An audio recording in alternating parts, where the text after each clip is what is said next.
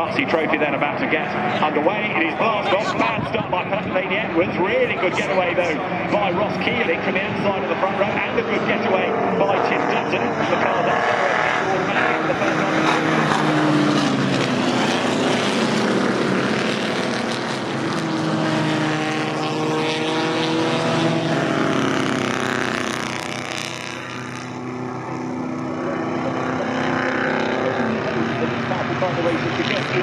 He took off as though he was fixed on a spring, fired up as well as forward, but a great start for the Delahaye from the outside from Ross Keeling. But the story of the race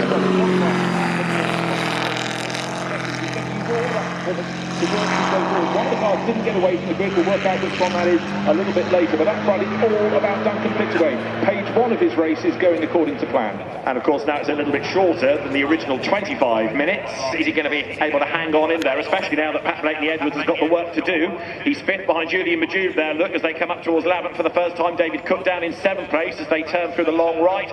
But Duncan Fittaway, another Goodwood hero, trying to build this lead over the opposition before Pat Blakeney Edwards is able to carve his way back through the traffic, and he has built the lead over Tim Dutton. Ross Keeling is there third. Pat Blakeney Edwards up into fourth then as the Alfa Romeo 8 Monza booms down towards Woodcote. Yeah, picks off Julian Majube in the Maserati in the space of no time at all. He's gained a full second before they get down to Ford Water, but Duncan driving beautifully at the front field. Duncan Fittaway, he's got an advantage of about a second down towards Woodcote, through Woodcote, as Duncan turns into the chicane for the first time at full racing speed. The lead will be 1 and a bit seconds, but the story is going to be the Alfa Romeo recovery for Pat Blakeney Edwards. He's going to cross the line in fourth place behind the Delahaye. But hand up from the race leader, suddenly slowing down. Has he seen something? Nothing to anyone else. He's just untoward off the side of the circuit. Scratch.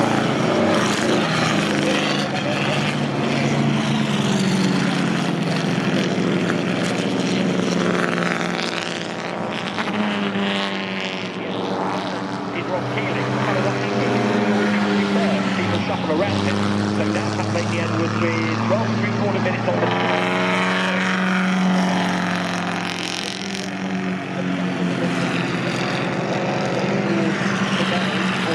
side of Varzi. Ross Keeling goes through third, and these three getting away from the rest. Certainly are. Next best to the rest was Julian Majube, but as I said,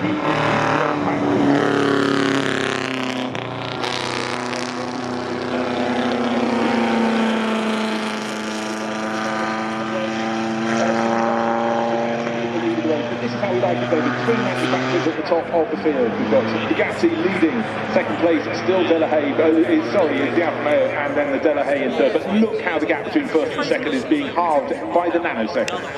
So Pat Blakeney Edwards, who spent quite a lot of time on the motor circuit this weekend, lines up for a move coming down towards Woodcote. He's not quite close enough to make that on this lap, but it won't be long before he hits the front. Is Julian Majube's car, the Maserati, starting to look a little bit smoky, maybe in fourth place. Tim Dutton leads then in the later Bugatti, the Type 51, the sort of car that won the 1931 French Grand Prix for Louis Chiron. It's another Achille Varzi chassis, the Bugatti Type 51, 160 horsepower, but it's got the 8C Monza right up behind now as they head over the timing line.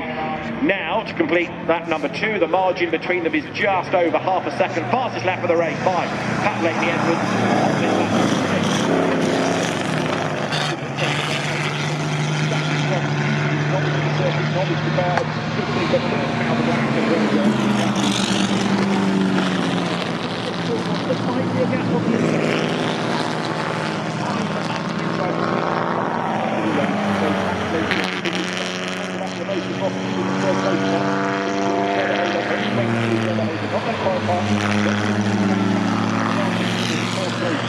In fact, he's out of shot so much as the advantage from the front three runners. So Pat Blakeney Edwards then hits the front on gets the opposition far out.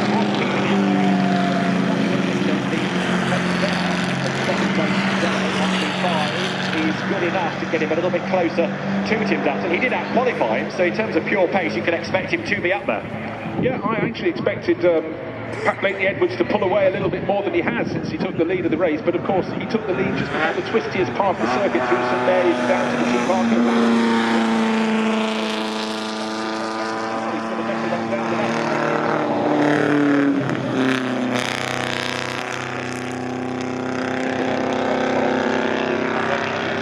not fallen back yet into the clutches of Ross Keeling, so the Bugatti back in front, and Pat Blakeney-Edwards gets back on the gas, accelerates up. You see the starting handle wobbling around at the front of the Bugatti that's been left in place, and yes, right back on his tail is Pat Blakeney-Edwards, so he might be having a bit of a game here. Let's see, up towards the timing line. This is where the Alpha should have the grunt to come storming past. He lines up on the inside line.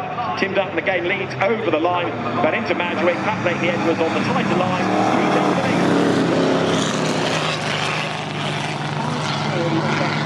Exactly where the chasing Alfa Romeo was. It's a larger car from his, it's light blue, and it should be easy to see, but tiny little mirrors, they vibrate like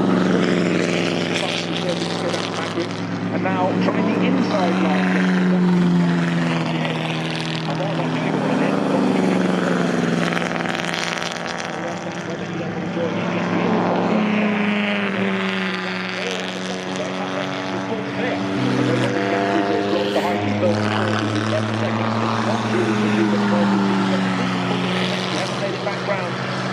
So he's fallen from fourth place. Oh, and Tim Dutton off in the battle for the lead, and that's St Mary's. He tried St Mary's and the grass at St Mary's.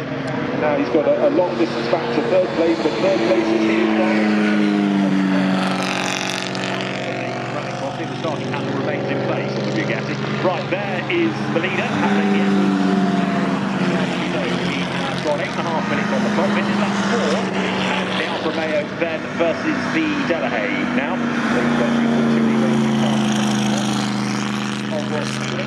Down they come, and again Pat Blakeney-Edwards is being caught. He has a good look in the mirror, but I think he's driving well within himself and well within the car, isn't he?